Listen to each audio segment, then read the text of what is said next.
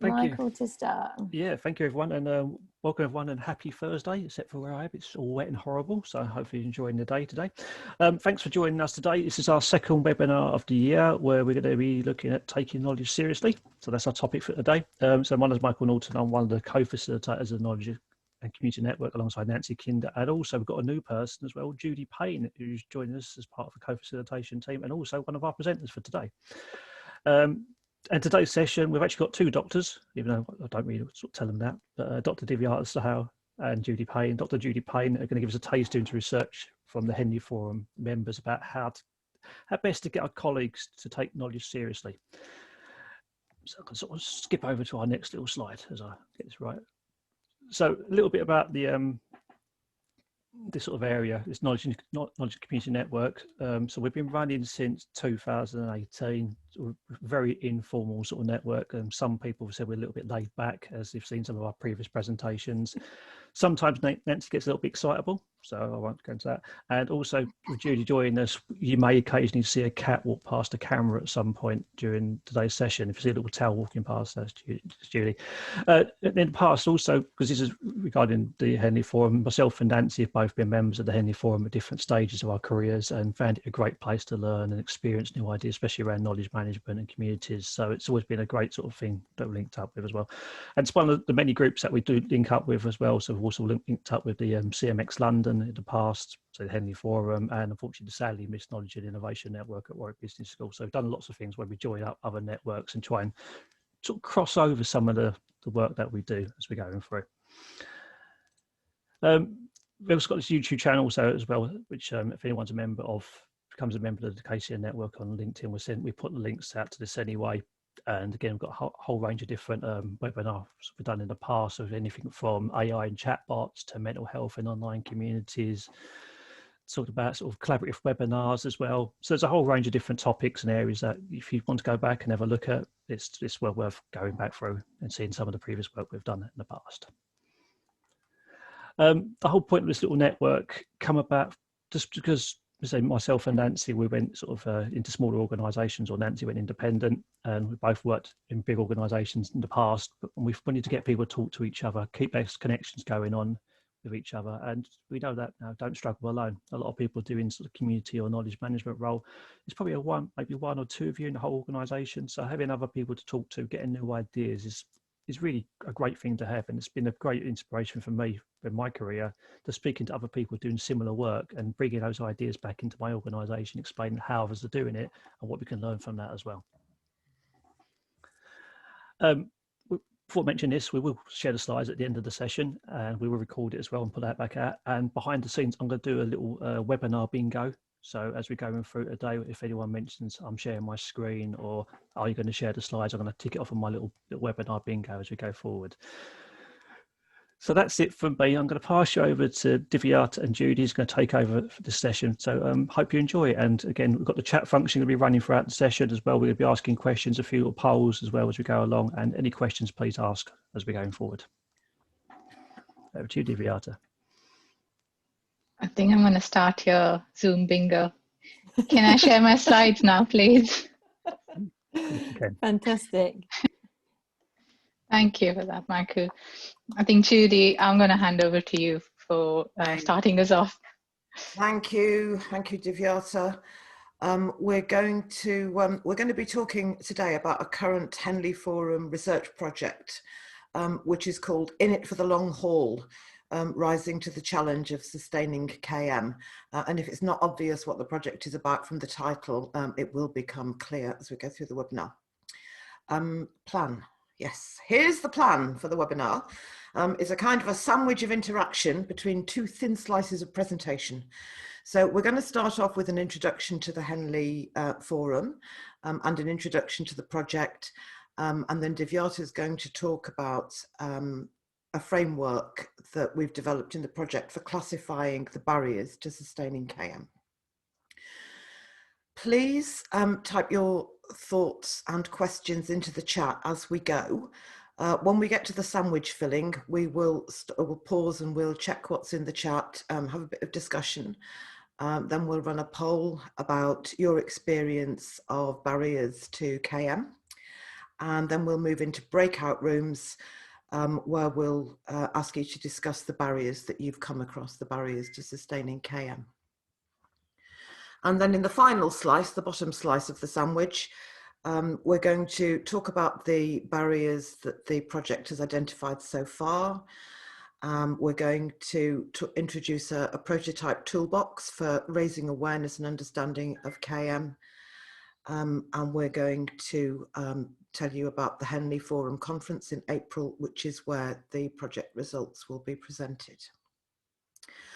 We would like to use your chat contributions and maybe some of the things that you share with us in the breakout rooms as an input to the project. We'll do this without identifying you or the organisations that you work for or you mention. If you don't want us to use any of your contributions, that's fine. Please just let us know in the chat. Just say, don't use any of my contributions, please. And that means you can still join in, you can still contribute. We just won't use anything that you say. So now it's over to Divyata for an introduction to the Henley Forum. Thank you. Thank you for that, Judy. I think I've skipped a slide here. I think you have. There you go. It's not so easy to manage on Zoom, but thank you for that. And I'm very happy today to represent the Henley Forum. Henley Forum is an applied research center. We're based at the Henley Business School. And I think we were set up about 21 years ago. So this is our 21st birthday year. We were set up to bring together academics and practitioners, and the idea was to create spaces for learning, for sharing, to advance, the field of knowledge management.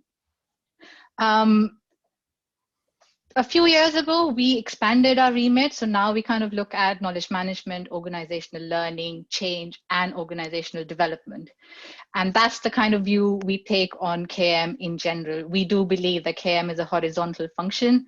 It's a strategic capability that is delivered through a partnership between these fields. So our members actually do come from different teams. So you'll find people there from KM, learning, innovation, or change backgrounds. Our members come from public sector, private sector, and we also have some international and UN organizations. The activities that we do are funded by our members and the subscriptions that they pay. But that also means that all of our events, conferences, research is designed around what is interesting, what is relevant, and what's important for our members right now. So today we're just talking about our research programs. All of our research is applied and is practitioner focused. So we're constantly working on challenges that are relevant and interesting for our members. We're trying to solve real world challenges in the present, but also looking at long-term practitioner capability and organizational capability. So as a research center, obviously, we bring in the research insights, the academic rigor, and our members bring in the practical insights and knowledge. The whole idea is to develop dynamic organizations to help us survive and thrive in an uncertain world. Today, we'll be talking about our latest research project. And this came about from a lot of conversations that we were having with our members, and also our own experiences over the last 20 years. So one of the questions that we keep revisiting again and again is, how do we get our senior leaders who maybe come from a non-KM background to understand what knowledge management is? How do we get them to sustain their engagement and support and interest in KM activities? And based on the conversations that the wider community, KM community is having, this question is quite relevant to a lot of us. So with that, I'd like to now hand over to Judy to take us through the project and the research question. Thank you, Divyata. I think a lot of you, anyone who's been involved in KM at all, will recognise this problem that the Henley Forum project wants to solve. Divyata's described organisations and the world today as dynamic, and the world's also very unpredictable, especially at the moment, and demanding. In fact, those are all understatements. But KM shouldn't be an uphill struggle. KM can actually help organisations anticipate understand and respond to these dynamic, rapidly changing conditions. It can make organisations more agile. But because things are changing so fast, people who don't get KM, and there are some of them out there, can see it as irrelevant, or worse, they can see it as a bit of an indulgence. For decades, and I've been around long enough to see this, interest and support for KM has waxed and waned. There's one organisation I can think of that established, disbanded, and then recreated its knowledge management team at least 3 times. And that wasn't because they didn't take knowledge seriously. It was because they thought they had KM sorted. They thought they'd learned how to do it and they didn't need the KM team anymore. And each time they found out that was a mistake. KM needs organisational attention and support and resources. Otherwise, the organisations, it just goes off people's radar, and organisations miss out on all of the value that can be realised by making sure knowledge contributes to everything that matters in a holistic, joined up way, which we'll come back to a bit later. And of course, when a KM team is disbanded, the people who do understand KM are left out in the cold, where they can't make a difference at all. So the question that the project needs to answer is, how might we ensure sustained engagement with KM to deliver ongoing strategic value? And to answer this question, we need to understand the barriers to KM becoming embedded in organisations. What's stopping it happening? Why is it so difficult? To me, there is an obvious barrier, and I think it'll be obvious to a lot of people. And that's that a lot of people just don't understand what KM is and what KM do and what value it can add to an organisation.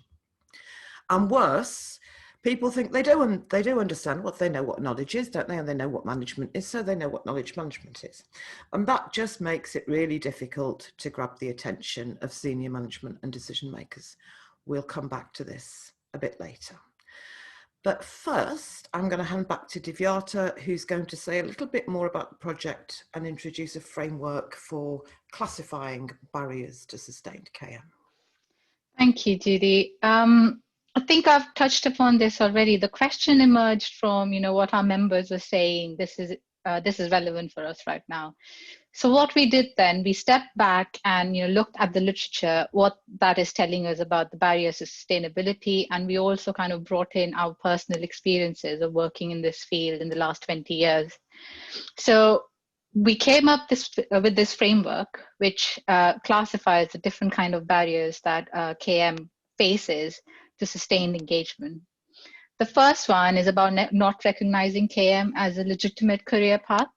And I think we all know that practitioners come from a lot of different routes, a lot of different disciplines as their background. I myself, I'm a sports psychologist. So, when I went into this field of KM, it was brand new to me. Within an organization, again, it's a very small team working on KM, and often there are not enough vertical career progressions. The next one is about KM not having a consistent functional home. So where does knowledge management actually sit in a traditional organizational chart? And what we've found is a lot of times the flavor of what KM is and does depends on who owns it. So if you're from HR or learning or innovation, the activities will vary slightly. The third one is around unclear status and indirect power. And again, we found that knowledge management has to rely on senior level champions or those personal relationships that you form in an organization. If a senior leader gets it, they will support it. But otherwise, there's very little board level representation for knowledge management in organizations. And the final piece, I think this keeps coming up again and again. Knowledge is so intangible that it makes it very difficult to demonstrate tangibly its value. So how do we meaningfully assess and measure value of our KM activities? The first two barriers here are related to this challenge of professional identity of knowledge management. And the last two relate to challenges of evaluating practice. And we found that together they influence how much support or engagement or investment our senior leaders are willing to make in knowledge management. So this is the framework that we developed and then went back to our members and asked them, is this relevant to you? Is this, what your experience is? And how do these barriers manifest in your context? Before I share with you what we found, I'd like to hear from you. And I think, Nancy, you've set up a poll for us. It'll be really good for us to know if these barriers have emerged in your context, and if so, which ones.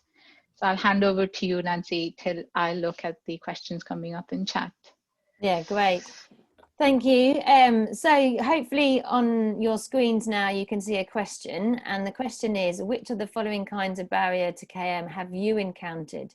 And you can tick as many that apply. So poor recognition for KM as a set of skills, unclear with an organisation, where in an organisation KM belongs, unclear status of KM, including who decides what, a difficulty to demonstrate how KM adds value that should, I've lost a couple of words I've noticed here, sorry guys, and then all of the above or other. If it's other, we'd love to know, and perhaps you'd be kind enough to share that in the chat.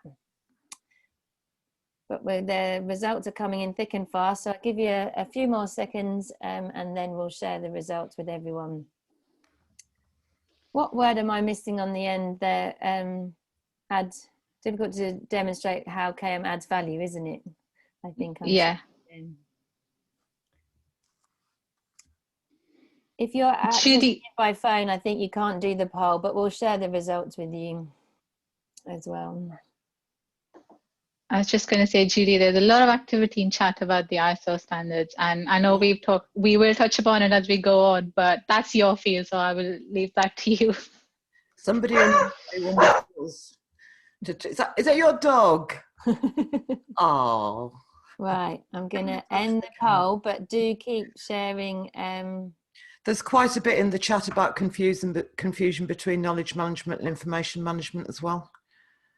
Which I remember you gave us a brilliant webinar that all senior leaders should watch. I'm actually going to be doing it again for SILIP in May. But oh, great! I'll put a link to that in the follow-up. I don't think it's been launched. I don't think there's in the follow-up. No, I meant to the one you did for us in case it's okay. Well, and I'll share with everybody the new SILIP one when it's. So I hope you can see the results. Very close between difficult to demonstrate how KM adds value and all of the above. Yeah, I think that's the conversation that we've been having with our members as well. And if you see on LinkedIn, that's exactly, the pressure point. How do we demonstrate value? But I think very closely related to that is, how do we understand what knowledge management is? And if we can't understand it, we can't measure it and we can't demonstrate the value. And I think that's one big mess of the barriers that we've encountered. What I'd like to do now is invite you to reflect further on these. So you've said that these manifest in your organizational context, but how do they show up? How do they make an appearance, and what does it mean in your context? We'd love to know more. This is what we did with our members as well. So first they filled in the survey, and then we went back and said, actually, we want to know more about what your personal experience is working in KM with facing these barriers and what that means for your practice. So what we'll do now is we'll move into breakout rooms. You'll have 30 seconds to quickly introduce yourself, 30 seconds, no more. And just have a conversation about, are these relevant? How do they come up? And what your personal experience is. Then we'd like you to come up with a one-liner that best describes what you just spoke about. So just capture the theme of that discussion, and also agree on one person who would come back and share that. So once you're back from the breakout rooms, just put that in chat so we know the kind of conversations that all of us have been having in the breakout rooms. Nancy, I'd hand over to you now with the breakout room work. Nancy, have we got time to have a quick look at the chat now, or do you want to do it after the? I'd do it after, I think, if that's okay.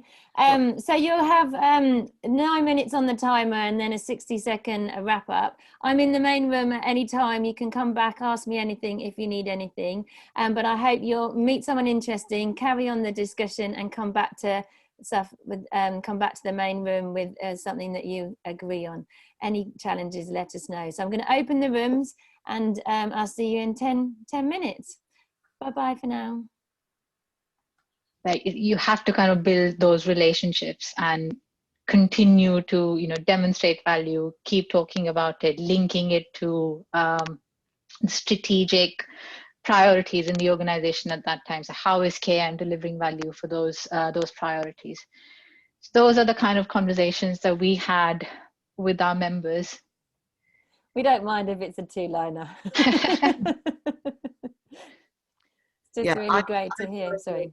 I joined a couple of groups and there were no big surprises, unfortunately, and no golden bullets either. So definitely the point was raised in both of the groups I was in about the lack of appreciation of the value of KM. And there was also some discussion about, I think I could sum it up as fighting for resources with IT, or IT don't understand what knowledge management is, and this was partly to do with where does knowledge management belong. Yeah, I think with that, sorry, go on, Judy. They're all very familiar. Yeah, to us, Divyata. yeah. I think with that, I'd like to now share what we found from our members. So like I said, we did the survey with them. And then we went back and did a workshop with all our members. And I think 12 organizations participated in this.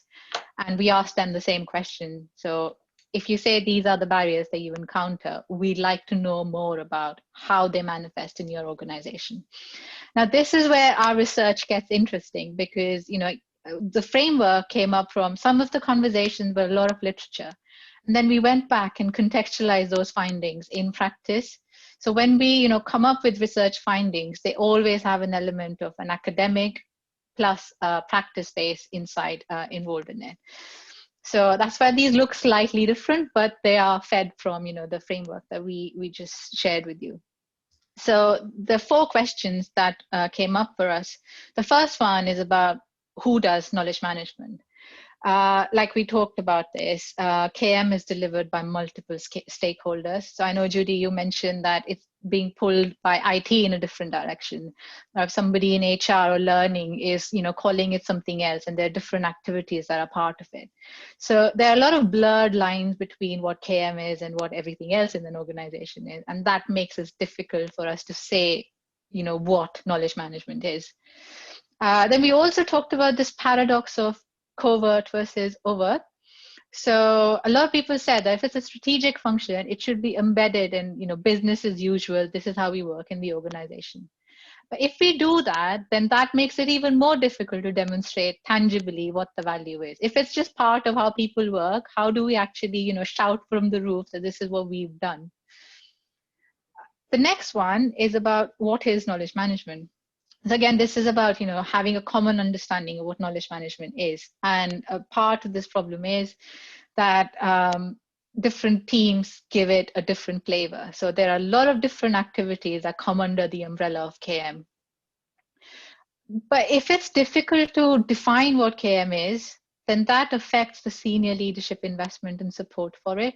So a lot of our members said that they will say it's important, but you're always kind of being pulled in a different direction. Other things, your job, which is, you know, your day job, is more important than worrying about, you know, bringing people together, collaboration, learning, and all of that. The third question here is, and this I think has been the most predominant in our chat right now, it's what's the value of knowledge management? Like I said, knowledge is so intangible and it has so many different flavors that it's very difficult to meaningfully demonstrate its value. And also members highlighted that there are no fixed kind of measures in our field to measure the value of knowledge management. Related to this is, they said that if senior leaders don't understand the value, then KM has to rely on self-promotion, or a lot of time they have to rely on external validation. So being part of Henley Forum gives that to our members. More recently, with CILIP and the ISO standards, that's all helping, recognizing KM as a professional field going forward. And the final bit, I think this is a key question, which was kind of like an overarching theme across all of it. Is KM recognized as a legitimate professional field? Is it a core capability of an organization, or, as Judy said earlier, is it an indulgence or a nice to have? Again, with the ISO standards, CILIP, we're kind of moving towards that, but this still remains one of the biggest questions that our members say that they are struggling with. So you probably, as I was talking through that, I repeated myself a lot. And the reason for that is that these all tend to overlap. It's not, you can't put these barriers in separate boxes. And this actually is a quote from, one of these workshops where a member actually said, these barriers tend to blow over each other. So if you can't understand what knowledge management is, it's difficult to demonstrate its value.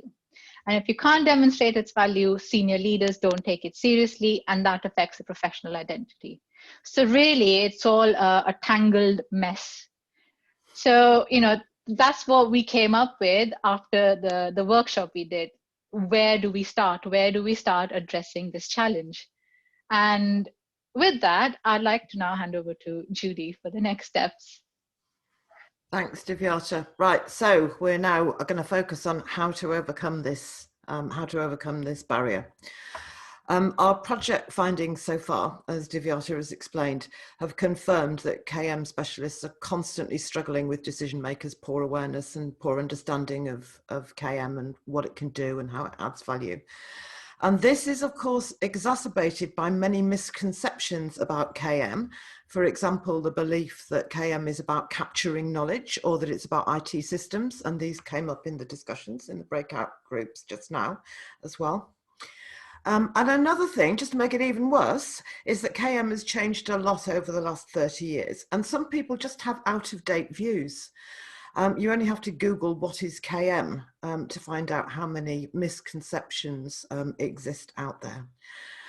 So we think that the long-term solution is to improve awareness and understanding of KM through education and training, for example, by including KM in MBA and other management education and training programs. If you think about it, if you do an MBA or some sort of management program, you learn the basics of finance, you learn the basics of HR, IT, strategy. So why not KM? It just seems to be left out. But importantly, I'm going to focus on what we can do now in the short term. Can I have the next slide, please? I feel like Matt Hancock. 2 points on this slide. On the left, what we did was we identified the forum's strengths and so that we could work out how to use these to raise awareness and understanding of KM. And so very briefly, the first one is in the big yellow arrow. The first one is about Henley's reputation.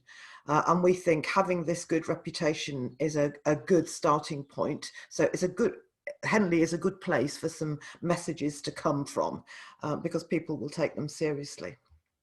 The second strength that we think we can use is that over the last 20 years, the forum has developed a very distinct and fairly constant view of what knowledge is and what knowledge management is. Now, that doesn't mean that the forum hasn't changed with the times and it hasn't developed its view. It's because right from the start, the forum has seen knowledge management as a dynamic organizational capability, something that helps people and organizations now and helps them to be effective now and helps them to prepare for the future. And that kind of thinking just doesn't go out of date, fortunately for us. And the third strength that the forum has is a huge network of very strong relationships with KM practitioners, thought leaders, and with other academics.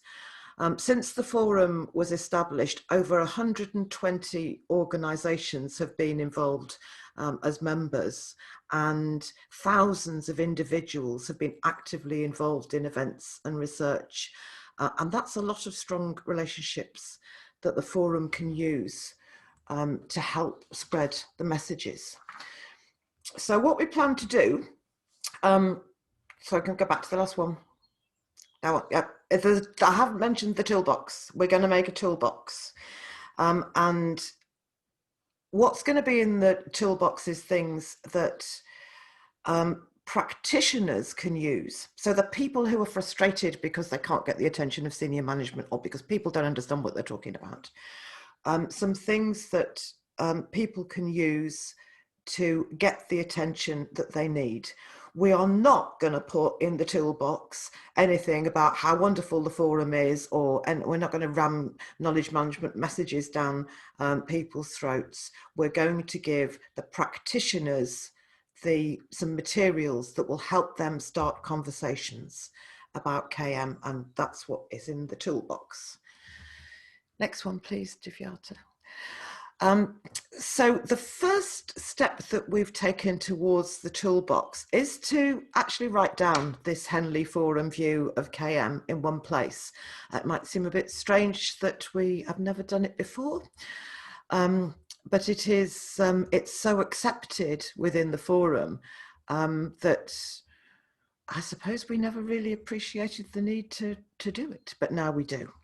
And I'm not going to read it all out, but the first point here is the most important. It's about the nature of knowledge. So knowledge is not a static thing to be passed around, to be shared around. It's actually embedded. It's a dynamic process of knowing and doing. So, and that is why there was some stuff in the chat about the difference between knowledge management and information management. Information is a thing and it can be passed around, and that is the big difference between knowledge management and information management. So can we go on to the next slide, please, and I'll tell you a little bit more about the toolbox. The forum members have told us that Henley's reputation helps them win leadership support for KM. And so our intention in the toolbox is to bring some of that legitimization that Divyata talked about. So it's external validation in the lack of a world that understands KM. So the toolbox is a work in progress. We don't know exactly yet what form it's going to take, but the basic principle is that the toolbox will help KM practitioners start conversations and, importantly, ask compelling questions that will get their leaders, their senior managers and decision makers thinking, and actually get them interested in knowledge management. Every organisation, of course, is different, so the questions and the conversations will be tailored to match by the KM practitioner that's using the things in the toolbox. Some of the questions will be attention grabbers, like the one in the middle of that slide. Others will be deeper and more open questions designed to get leaders thinking and get them interested. That's like the why now question on the left about keeping up in a dynamic world. We also plan to include some KM stories so that the KM practitioners who are trying to get the messages out there have some real world examples that they can share with their leadership teams. The toolbox is going to be presented at the annual forum conference in April, and I'm going to hand back to Divyata, who's going to say a little bit more about how you can get involved with the conference. Thank you, Judy. I think you set that up really nicely for me. So the Henley Forum Conference is our flagship event annually. And this is where we come together, bringing together academics, innovative practitioners, thought leaders in our field, and we share our research insights. So the work that we've been doing throughout the year, we come together and we share that with the wider KM community. This year, our theme is becoming agile. And with that, I'm not talking about the agile methodology. We mean agile to say, this is a capability to help you respond to and survive and thrive in a rapidly changing world. And from all our experiences, last year has been a massive turmoil event, really. It's a crisis. But there's been some really fascinating learning that's taken place through those experiences. So we want to bring all of that together and celebrate and share the learnings that we've all gathered through those experiences. So, and this is also where we'll be sharing the final version of this tool. So we are bringing in a lot of international speakers. They will be talking about different aspects of the theme. So it's not a series or webinar, but we want to kind of take you along that journey of learning through those experiences. So I'd like to welcome all of you to the Henley Forum conference. And I'll put the link there, and I think Nancy, you'll share that in chat as well.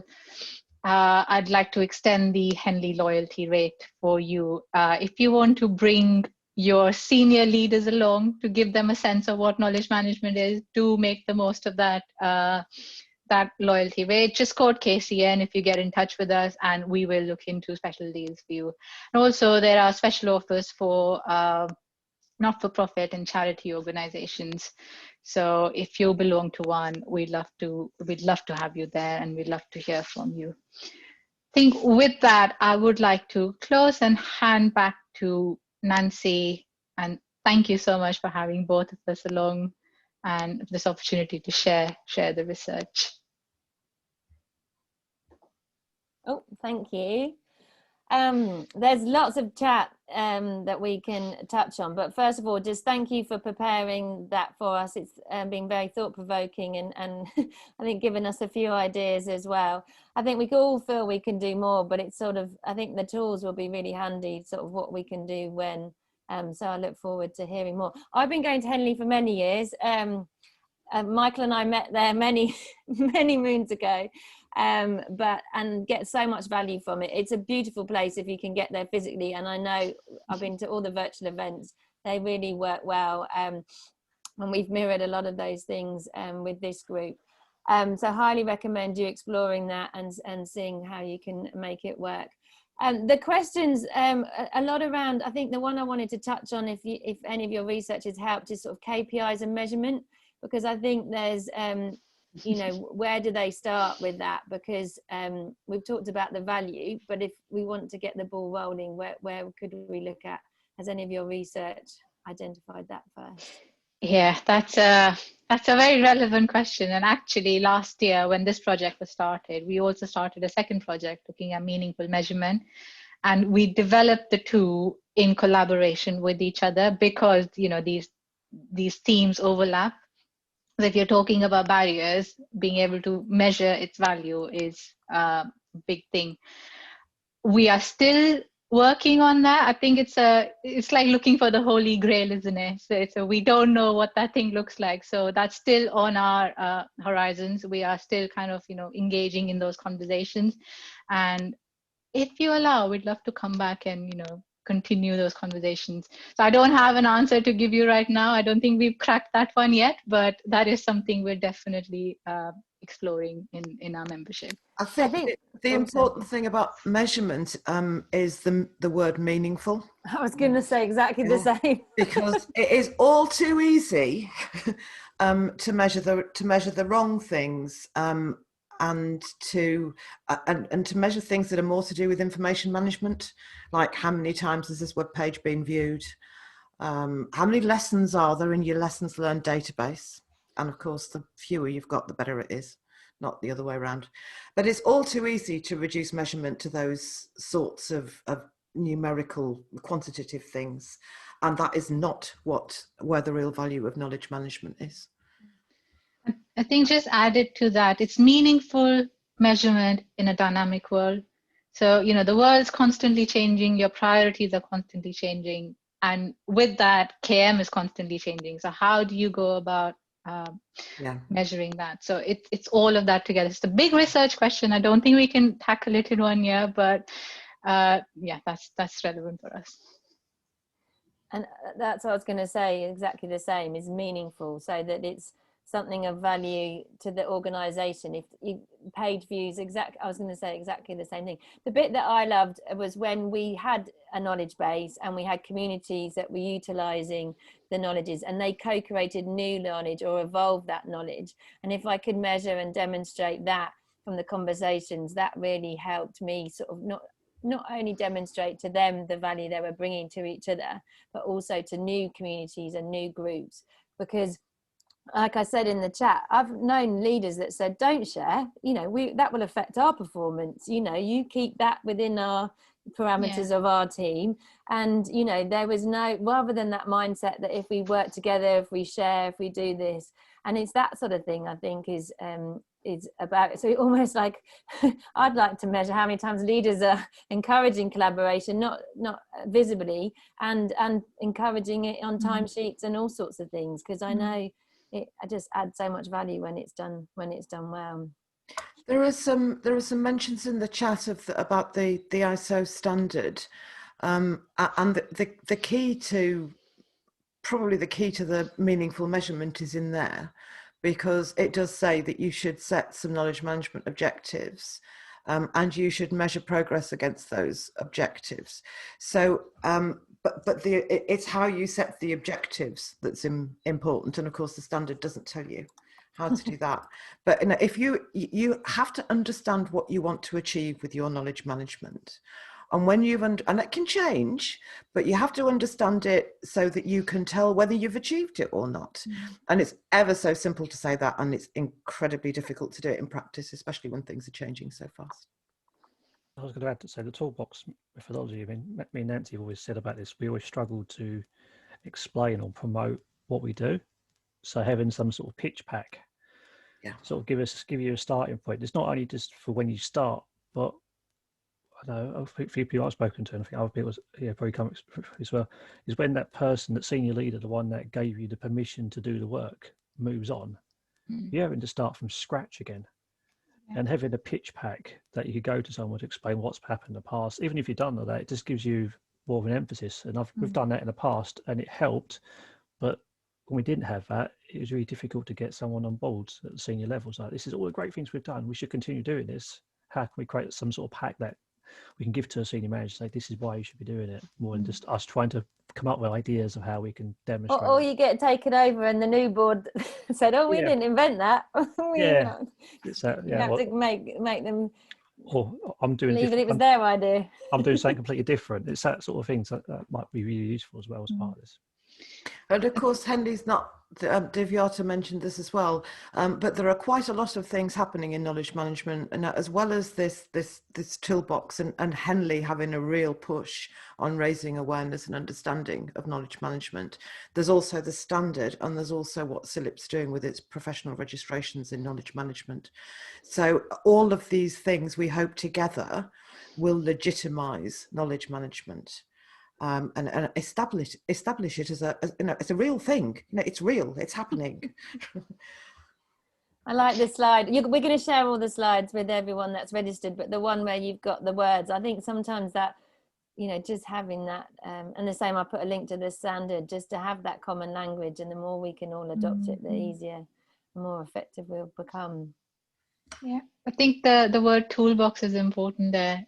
We're looking at different formats of what that will look like. It could be a slide pack. It could be, a business card size fold up sheet that you can just whack out of your pockets and just hand around to people. This is what we do. It might be, one liner elevator pitch, but we are exploring different things that, help practitioners get that message across. And hopefully we will share that at the conference. So I would love to see all of you there. And thank you for the warm invitation and the loyalty rate. So we'll put that, is it on the website? I haven't checked, but I'm sure it is. And yeah, it is all there. But if you contact us and just make a reference to KCN, we know what we've just talked about. Cool, thank you. And I know lots of people listen back as well. So they will appreciate that too, I'm sure. Thank you, everyone. If there's any other questions, please raise them now. I'm going to just tell you about our, well, thank both the speakers for preparing and sharing this session for us. It was incredibly insightful, and it's whet our appetite to find out more. I look forward to hearing more. And yes, the meaningful measurement, I'm sure the KCN would love to hear the outcome of that as well. We run informally by speakers that have got interesting peer stories to share, and next month we will be hearing from Caroline Hoffman, who used to work at RWE, and she was the founder of Energy, an innovation hub, and it was a network of many internal partners, suppliers, and it's how she turned that wide network into small, meaningful knowledge sharing communities. And she's going to share her journey, what she tried, what worked, what didn't, and share some tips of her experience.